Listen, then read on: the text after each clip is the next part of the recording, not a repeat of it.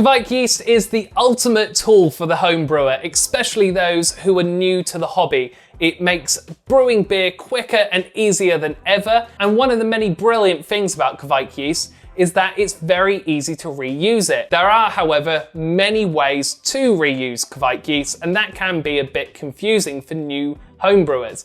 But I'm here to share with you the easiest possible way that you can reuse Kveik yeast. Sure, there are methods where you can dry the yeast, where you can wash the yeast, where you can store it in wood, but those ways are a little bit harder than the method that I'm going to show you today. In short, all that I do is any leftover Kveik yeast in my fermenter, I just put it into jars. Plastic jars that I've got from Amazon. I went for plastic because glass has a bit more risk of breaking, and these have worked absolutely fine for me. So once a beer of mine has finished fermenting, I'll top crop any Kveik yeast that's at the top of the fermenter, and then I'll use any of the bottom cropped yeast and pour it into larger jars. Make sure that you have sanitized any jars that you use. Personally, I don't bother with the washing method where you can separate the beer, Kveik yeast and the trub. As far as I can tell, the method that I've been using has not resulted in more infections in my beer. In fact, I've not had a single infection since doing this method. When it comes to the point for me to reuse the yeast,